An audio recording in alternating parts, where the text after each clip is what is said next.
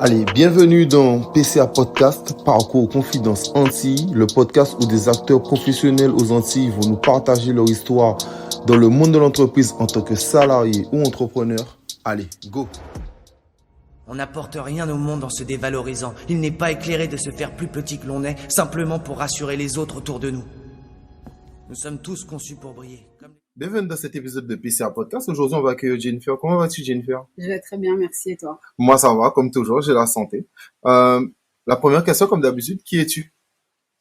Jennifer, 40 ans, mère de 2 enfants et passionnée de cuisine.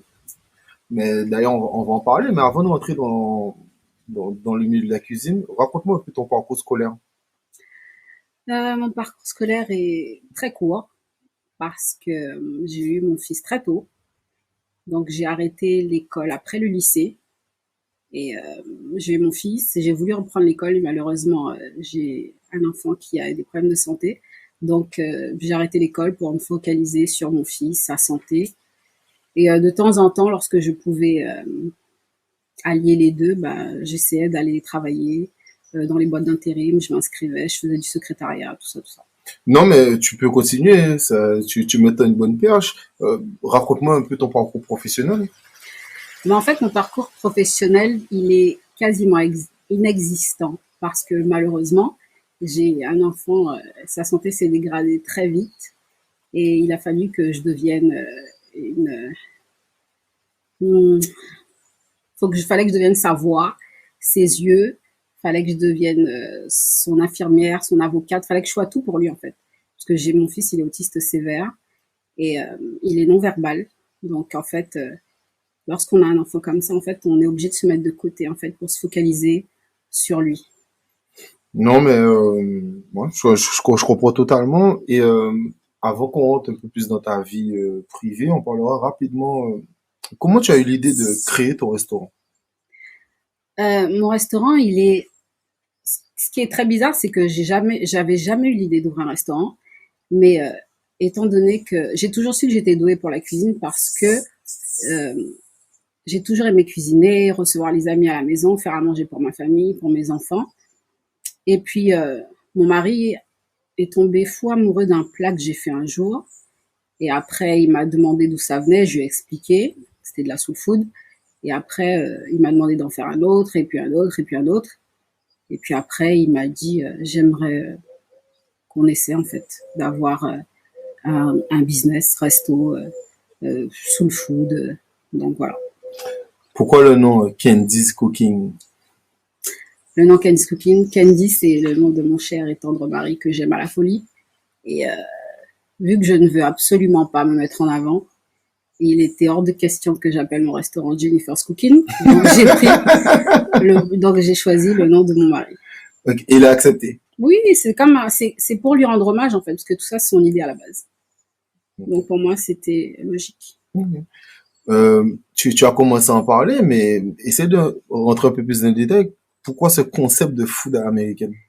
Parce qu'en fait j'ai connu vraiment ça très tôt en fait, parce que je viens d'une famille anglophone et moi j'ai mangé très tôt du mac and cheese, du fried chicken. J'ai mangé des plats très épicés, très goûtus, loin de la cuisine française, donc forcément c'est ce qui me parlait le plus. Et je me suis dit, je ne vais certainement pas ouvrir un restaurant qui existe déjà en fait en Guadeloupe. Je peux pas refaire la même chose que tout le monde en fait. Même si je peux me dire que ça peut être meilleur qu'à d'autres endroits où j'ai mangé précédemment, pour moi ça avait pas de sens en fait de ramener un énième restaurant.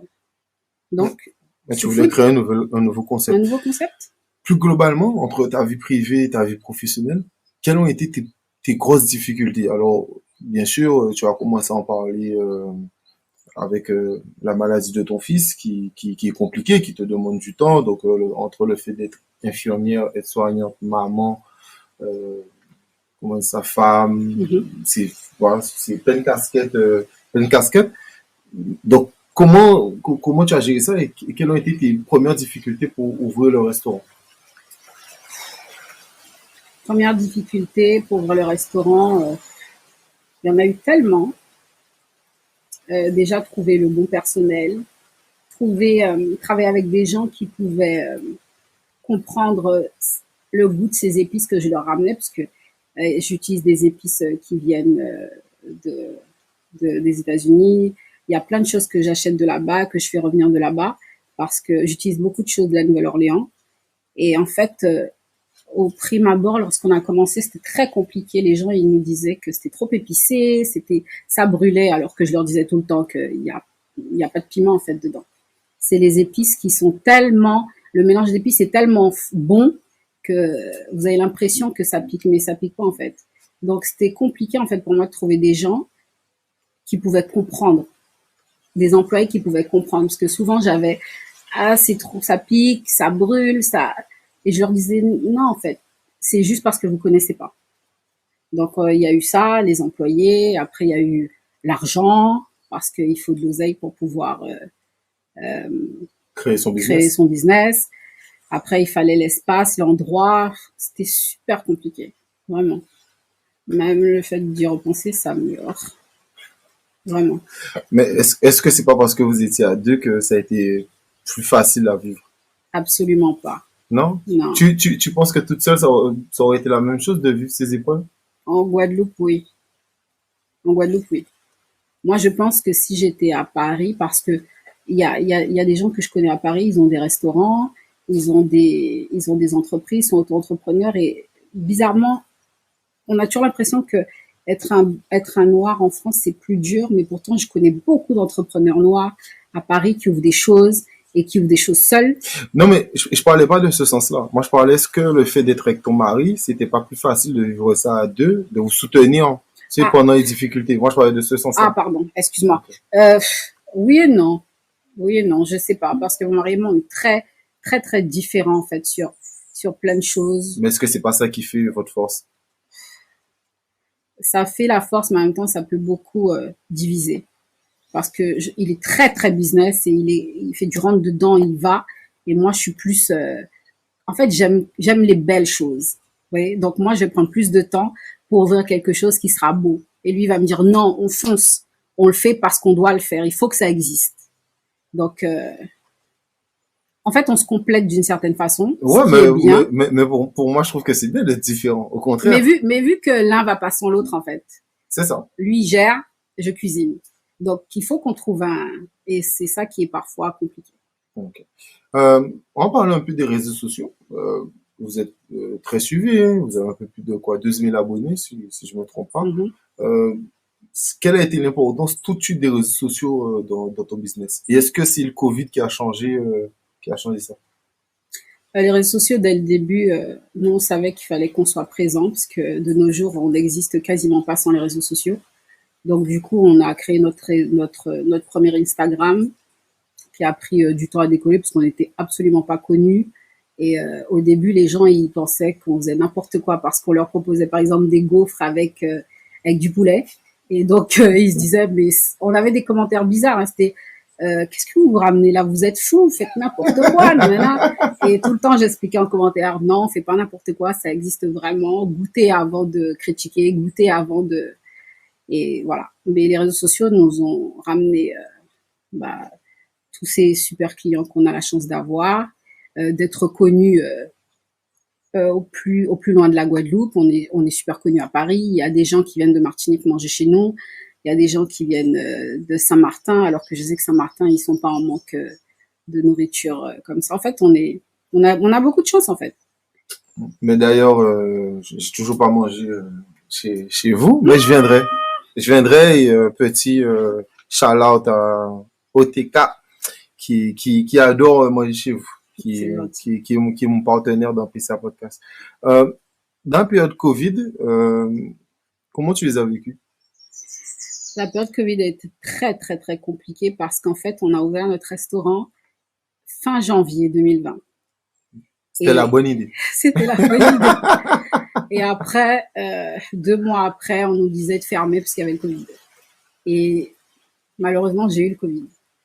Donc, au lieu de rester fermé un peu moins que les autres, on est resté fermé un peu plus parce qu'il fallait que je me remette de ce Covid. C'était très compliqué, très dur. J'en ai eu très peur et j'en ai encore très peur.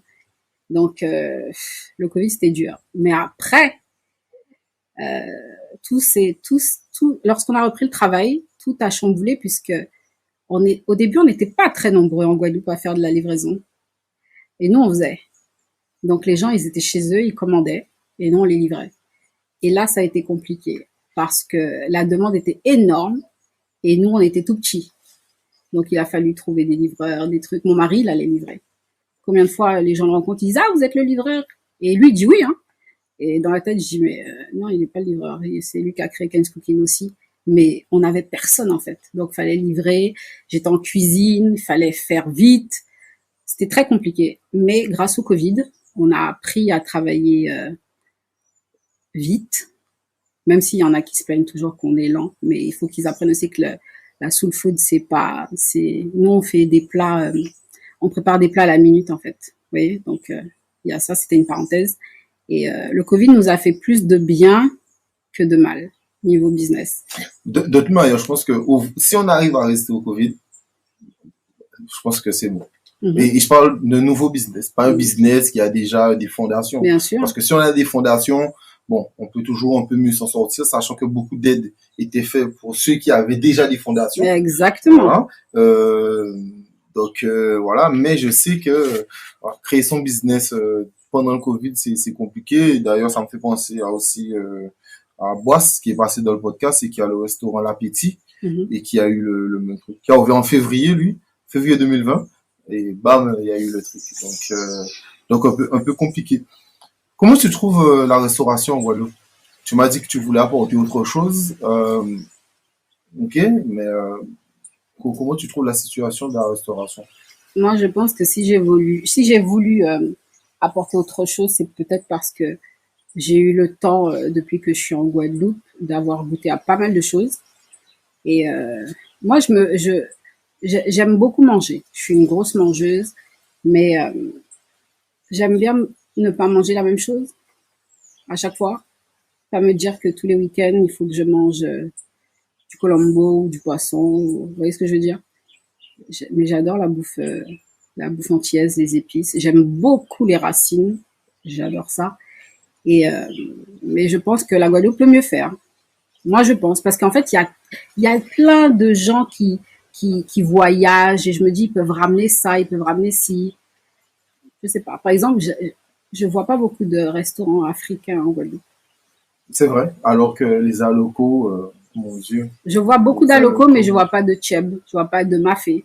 J'adore ça. Ouais, mais bon, je trouve que même les alocos ici, c'est pas les alocos. Non, c'est pas les alocos qu'on mange dans un bon restaurant sénégalais ailleurs, mais bon, je trouve que ça manque. Vous voyez?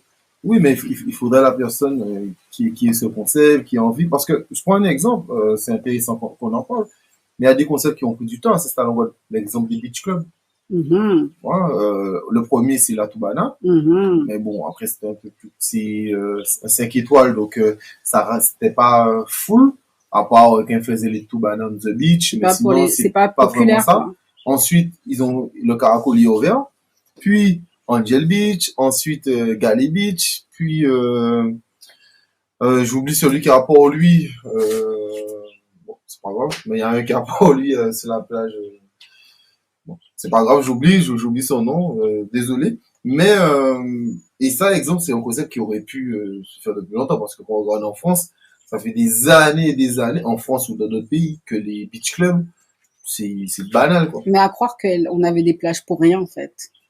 Alors que non, c'était une plage pour se baigner. Après, je pense que c'est peut-être aussi une question d'éducation ou est-ce qu'on a été inculqué dans ce côté à faire du business avec tout. C'est ce que j'allais dire en fait. J'allais dire en fait les gens ils se rendent pas compte que parfois l'endroit où ils vivent peut être une source de revenus en fait. Tu vis au soleil, tu as une super île comme la Guadeloupe. Pour moi, quand je vais à Miami et que je reviens en Guadeloupe, je me dis la Guadeloupe pourrait être un Miami. La Guadeloupe a tout pour être un Miami. On a les plages, on a les hôtels, on a le soleil. Pour moi, c'est pas normal en fait qu'il y ait ce manque. Ouais, mais est-ce que la différence à Miami, c'est pas que mais ça bouge beaucoup plus parce que exemple, on va en parler tout à l'heure, mais quand on parle exemple de la formation chez les gens, de l'accueil, du travail, voilà, parce que on peut dire ce qu'on veut. Moi, je dis toujours, tu sais, je prends l'exemple en France, les entreprises du CAC 40, donc les plus grosses entreprises de France, ça n'a pas changé depuis très longtemps. Mhm. Alors que aux États-Unis, bien sûr, parce que je prends l'exemple, tout le monde, on a l'impression qu'on connaît Facebook ou Instagram depuis longtemps, mais ce sont des jeunes entreprises. Elles ont même pas 15 ans. Alors peut-être Facebook, mais Instagram, je ne sais pas si Instagram a 10 ans. Ouais, c'est vrai. Donc WhatsApp pareil, Twitter c'est un peu plus, mais voilà, ça grandit. YouTube est rentable depuis, je crois, 2016 à peine. Donc ça fait un moment, mais je vais te dire que t'as plein de trucs nouveaux. TikTok c'est nouveau, donc les États-Unis, il y a ce côté où Oui, ça prend de ça l'ampleur bouge. vite parce que les gens, ils ont envie aussi. C'est ça, mais, Tu vois. mais moi, parce que moi, je suis d'accord avec toi qu'on aurait pu être peut-être un nouveau Miami, mais derrière, il faut autre chose. Parce que moi, je compare rien qu'à Saint-Martin. Mhm, Saint-Martin, partie française. mhm. Je trouve qu'on est en retard. Ça va beaucoup plus vite que Oui, nous. bien sûr. Et pourtant, c'est partie C'est française, partie c'est française. ça. Mais en termes... Mais peut-être qu'ils sont influencés par Ah, totalement. par l'autre côté. Ah non, moi, je pense pas que peut-être. Je pense qu'ils Mais le bien sont. sûr, ils le Je sont. pense qu'ils le sont. Mais en fait aussi, mais pourtant, ce qui me, c'est lorsque vous dites ça, en fait, je me dis, mais pourtant les jeunes de Guadeloupe, j'en connais plein qui arrêtent pas de me dire ils ont été au Canada, ils ont été à Miami, ils ont été à New York, ils ont été de partout. Mais en fait, je me dis, et quand ils reviennent en Guadeloupe, en fait, pourquoi ça leur suffit?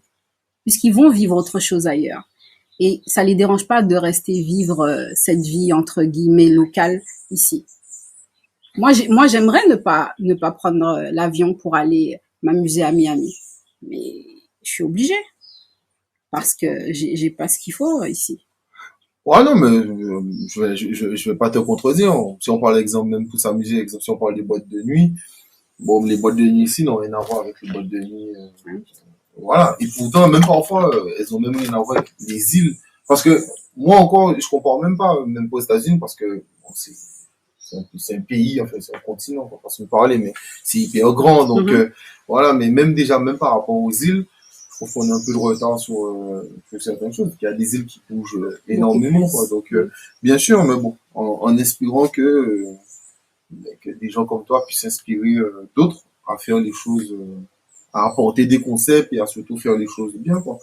Euh, D'ailleurs, on a commencé à en parler, mais est-ce qu'il y a assez de structures de formation pour former la jeunesse de demain pour toi, dans le milieu de la restauration?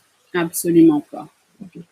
Il en manque énormément et nous, on a essayé vraiment de travailler avec les jeunes, mais à part le lycée hôtelier, où je pense qu'il y a vraiment des bons éléments. En fait, c'est eux qui ont tout. Le lycée hôtelier, ils ont pris tous les bons éléments.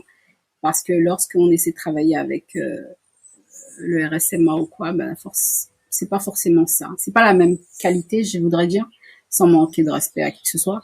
Mais lorsque j'ai envie d'aider des jeunes à avancer et que je me dis tous les bons ils sont pris parce ils sont dans les autres restaurants, parce qu'ils font partie du lycée.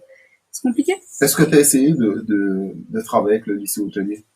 De Non. faire une convention pour les avoir en stage? Non, parce que en fait, j'ai même pas eu le temps de faire une convention ou quoi ou aller vers eux parce qu'en fait, ils sont tellement bons et ils savent ce qu'ils veulent faire, donc ils vont dans des endroits plus prestigieux ou bien des endroits plus connus. Vous voyez ce que je veux dire?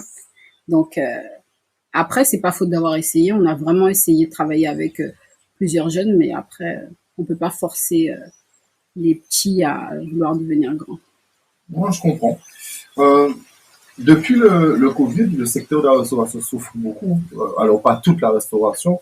Je pense pas que les pizzaiolos ont souffert ou les boulangers ont souffert pareil qu'un restaurant traditionnel, surtout gastronomique où c'est compliqué. Mhm. Euh, comment, mais ils souffrent énormément, mais surtout en termes de salariés. D'ailleurs, on en parlait en off, mais beaucoup de McDo ont fermé aux États-Unis parce qu'ils galèrent à recruter des gens. D'ailleurs, j'ai même vu que certains McDo offraient $50 aux gens J'ai vu ça. qui venaient aux J'ai entretiens. vu ça. Simplement si on venait aux entretiens. J'ai vu ça. Donc, voilà, Même en la paye France a aussi, augmenté. Ils augmentent les payes pour que les gens puissent rester. c'est ça. Donc, même en France, des McDo ont fermé et ils font que du drive parce qu'il manque du personnel. Mhm. Comment pour autant on peut redonner goût à ce secteur qui est complètement ravagé? Je sais pas trop. Je sais pas quoi répondre. je sais absolument pas quoi répondre parce que je me dis que peut-être que les gens ils se disent que ils travaillent en restauration et qu'ils sont pas assez rémunérés, qu'ils en font un peu trop pour peu. Et il y en a aussi qui qui. Je donne un exemple. J'ai travaillé avec beaucoup d'employés où je les payais et je devais venir faire leur travail à leur place. Ça veut dire que je suis chez moi et on m'appelle pour me dire un tel est arrivé en retard, est-ce que tu peux venir la remplacer? Or, je la paye. Et ou bien elle est là et elle n'arrive pas à faire quelque chose qu'on a fait au moins 20 fois. Donc je dois venir le faire. Et je me dis peut-être qu'ils n'ont pas envie en fait. Donc qu'est-ce que je peux faire moi? Eh ben prier et attendre que les meilleurs arrivent et qu'au bout de 2 ans et demi, j'arrive à trouver la personne qu'il me faut alors que j'en ai essayé. Ok. Mais est-ce que aussi, c'est pas une question aussi que, comme le gouvernement, on parle en France, nous sommes Mhm. français, est-ce que, parce que le gouvernement français n'a pas fermé, ouvert, ça a dégoûté les gens en se disant qu'il y a peut-être plus autant d'avenir dans le secteur de la restauration? Ça c'est sûr parce que même en tant que restauratrice, nous on est dégoûtés. On ne sait jamais ce qui nous attend. Parce que du jour au lendemain, on nous dit, vous pouvez plus recevoir de clients. Là vous pouvez plus. Là vous pouvez faire que de la livraison. Là vous pouvez même pas. On ne sait plus quoi faire. Et c'est là qu'on se dit, on se rend compte que la restauration c'est un secteur très très très fragile en fait. Et avant, non. Avant, avant absolument pas. J'aurais jamais pensé que qu'une épidémie, une pandémie pardon, aurait pu faire des gens fermer autant de business, qui autant de structures fermées. Vraiment, le Covid, c'est un cauchemar. Ben, tu vois que, toi qui aimes, tu as parlé de Miami, Miami n'a pas fermé. Oui, ils sont pas fermés. Non. Voilà. Miami a toujours fait du business. Mais c'est bizarre parce qu'en Amérique, tu as l'impression que le Covid existe, mais en même temps, le Covid n'existe pas. Parce que, par exemple, j'ai mon oncle qui vit à New York. Il est resté enfermé chez lui pendant 2 ans. Ça fait quoi, 5, 6 mois qu'il a repris le travail. Et en même temps, tu vas à Miami, tout est ouvert. Alors moi, New York, pour moi, c'est le pire exemple. Parce qu'il y a que New York qui allait aussi loin dans la vaccination, même pour les enfants, Oui, qui allait aussi loin, mais beaucoup d'autres États n'ont pas appliqué ça, même pour les salariés. Donc oui, voilà, et on l'a vu avec l'affaire du basketteur Kyrie ouais, Irving, Kairi. qui n'a pas voulu se faire vacciner et qui faisait tous les matchs à l'extérieur. Il n'y avait Mhm. aucun problème dans les autres Mais à New États. York, c'était un Et à New problème. York, c'était pas possible. Mm. Donc, c'était vraiment New York ou c'était vraiment, Mais New York, ils sont je veux fous. dire, Je rentre de New York il y a quoi? Il y a 3 semaines. Et j'étais à New York, j'étais avec ma fille. À chaque fois que je voulais ramener ma nièce qui a 9 ans quelque part avec moi, on lui demandait la carte de vaccination. Je dis, mais elle a 9 ans. Si vous n'êtes pas vacciné, si l'enfant n'est pas vacciné dès 5 ans, il peut pas rentrer. Je dis, vous êtes sérieux? Un enfant de 5 ans doit se faire vacciner? Et il me disait oui. Et je me suis dit, mais ils sont fous. On peut, au restaurant aussi, hein. On est parti à plusieurs restaurants où ils disaient que la petite peut pas. Je dis, madame, elle a 9 ans. Moi, je suis vaccinée. Ma fille a 14 ans, elle est vaccinée. La petite, elle me disait non. Non. Donc, il y a plein d'endroits où on n'a pas pu aller avec ma nièce. ouais, non, mais bon, après, c'est New York. New C'est New York. York, après, c'est, Mais à Miami, c'est plus soft. oui, après, de toute manière, selon l'endroit où on vit, on voit les choses. Après, bon, la vaccination, c'est vraiment un sujet hyper personnel pour moi. Mhm. Alors, chacun voit, dire sa pense. Donc, voilà. Tu sais qu'on a parlé, avant de te poser les deux dernières questions, qu'on a parlé de comment tu as commencé et tout ça. Tu as commencé directement dans ton lieu à Pointe-à-Pitre ou tu as commencé autre part? On a commencé à la maison, dans la cuisine, avec aucun matériel professionnel. J'utilisais mon four, mon robot, tout ce que j'avais en fait dans la cuisine. Et mon mari, il allait livrer. Je faisais les plats, il allait livrer. Et je faisais tout toute seule. Ça veut dire que tout ce qui se passe au restaurant en ce moment où j'ai plusieurs employés qui le font, je faisais tout seul, toute Comme seule. quoi? Par exemple, le matin, à nettoyer, je sais pas, 50 kilos de poulet, nettoyer, assaisonner, ensuite râper du chou, râper des carottes pour le coleslaw qui est fait tous les matins. Il y a eu tellement de choses, faire la pâte à gaufres parce qu'on fait des gaufres pour les chicken and waffles et pour les autres box. La vaisselle, nettoyer le réchaud, nettoyer le four, passer la serpillière, parce que vu que c'est à la maison, il fallait absolument que ma maison redevienne ce qu'elle était après. Et tous les jours, tous les jours, tous les jours. Et pour pouvoir, tous les jours, pouvoir faire à manger pour le lendemain, eh ben, on ouvrait tous les jours. Il n'y avait pas de jour de repos. Ça veut dire que mon mari allait faire les courses le lundi matin très tôt pour que le premier plat, on promettait toujours aux clients que les premiers plats, ça allait être à 11h30. Impossible. Parce qu'il arrivait des fois à 11h30. Et en fait, il fallait que ça suive. Ensuite, j'avais une pause, je me rappelle, de 2 heures, entre 15h30 et 17h30. Et il fallait là que je m'occupe des enfants, que je m'occupe de mon fils, que je prépare ses affaires, ses soins et tout, pour retourner dans la cuisine à 17h30, pour qu'à 19h, le premier plat, il sorte. C'était une galère. Parce que tu faisais 2 services. On faisait 2 services. Et parfois, on jouait sur le fait qu'il y ait peut-être, allez, un jour de repos. On se disait, bon, allez, ce dimanche-là, on se repose. Parce que le samedi, on faisait des espèces de barquettes barbecue, en fait. On faisait les pommes de terre avec le fromage, tout ça à l'intérieur. Mon mari faisait la viande grillée, on faisait les ribs, on faisait plein de choses. Je faisais les cornbread, on faisait plein de choses. Et on se disait, allez, le dimanche et tout, on est fatigué, on se repose. Mais quand il y a un client qui dit, oui, vous livrez pas ce soir? On se disait, non, on peut pas, on est obligé. C'est peut-être des sous en plus qui vont nous permettre de faire un plat en pleine semaine, parce qu'on galérait tellement. Et je le dis vraiment dans l'humilité la plus totale. On a galéré. On a galéré au point où, déjà, le restaurant, on l'a ouvert avec notre argent personnel, parce qu'on l'a ouvert sans banque. Ça veut dire que tout ce qu'il y avait dans ce restaurant, à l'ouverture, c'était nous, et on n'avait même pas tout. Donc, moi, je respecte tellement les entrepreneurs parce qu'on se fait tout seul, on galère, mais de fou, de prendre par exemple le peu de revenus qu'on a pour pouvoir investir dans notre business, pour pouvoir se dire qu'un jour on va pouvoir vivre de ça. Mais on a vraiment galéré. Quand j'ai galéré, c'est mon mari peut-être qu'il sera pas d'accord que je dise, mais putain, des fois on était là à compter, on avait des pièces. On avait des pièces. Et pourtant, c'est pas la vie qu'on avait avant. Avant, on était bien. Mais on s'est lancé dans l'entrepreneuriat et il a fallu qu'on se... Mais est-ce que aussi, de toute manière, moi, j'estime que pour être un entrepreneur, il faut être fou, déjà.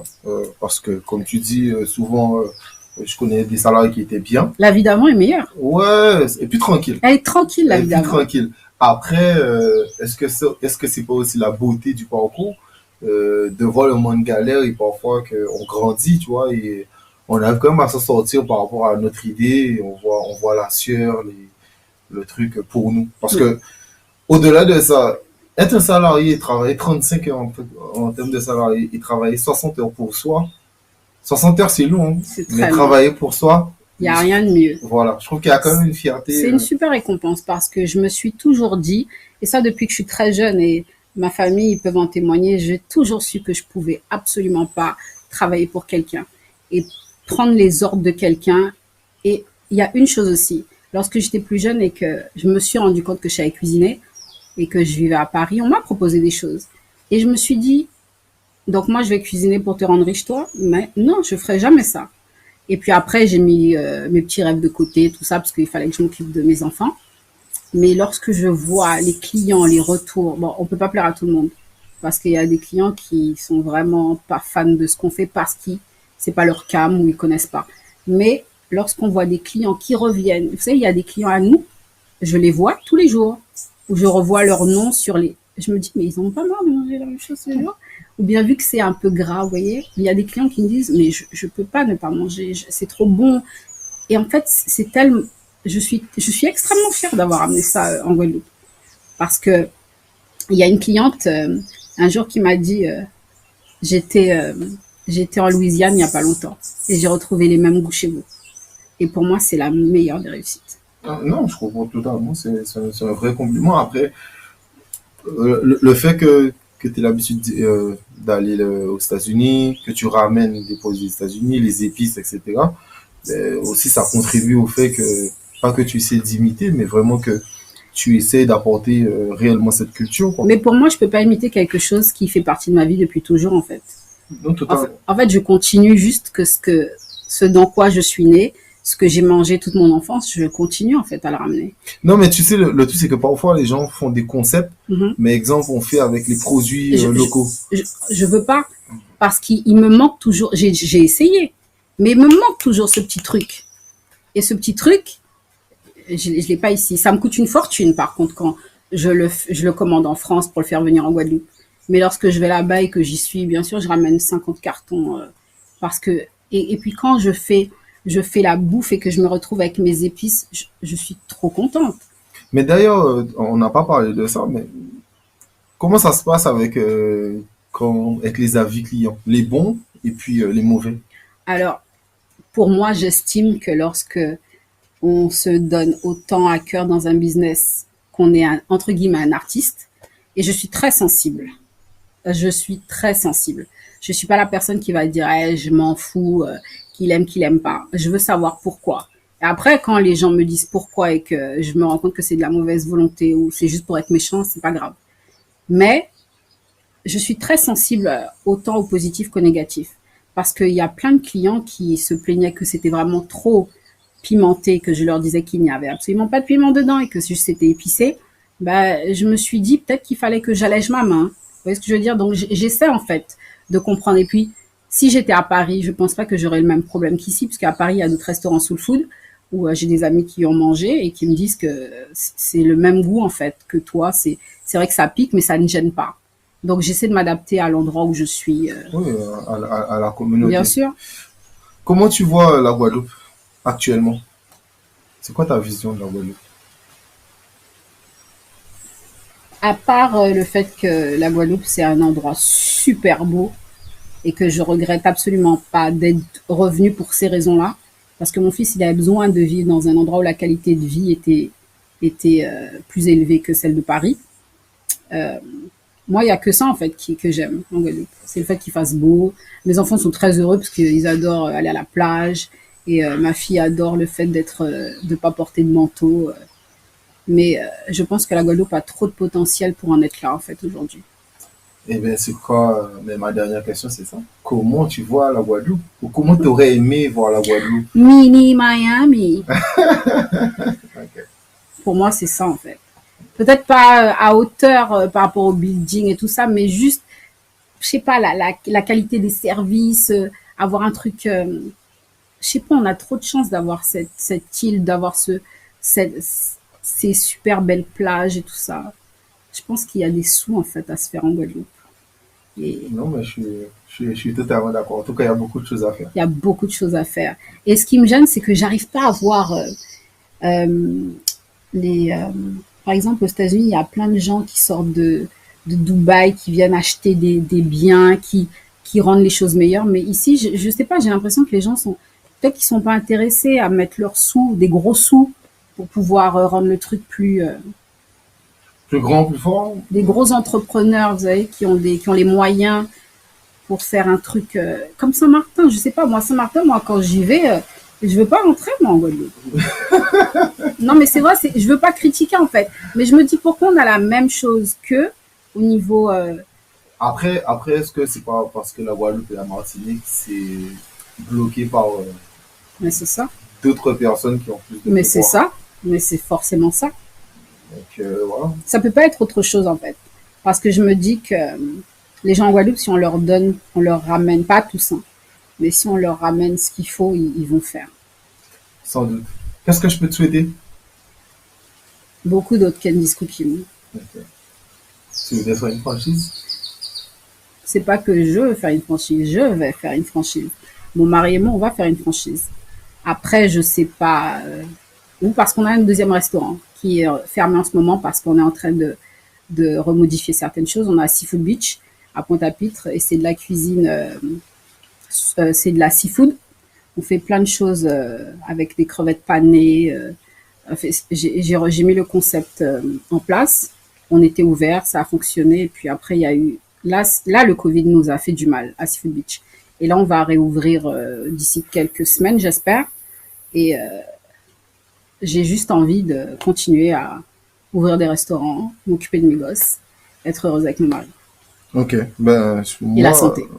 mais c'est ce que j'ai à te dire. Moi, en tout cas, je vais te souhaiter la santé, le succès, Merci beaucoup. de continuer à vivre dans l'amour, d'avoir toujours une bonne vibe, et voilà. Et je viendrai manger Il faut venir. chez là. Et je viendrai. Rappelle-moi avant, je te mettrai bien. Il n'y a pas de souci. Allez, à la prochaine. À la prochaine.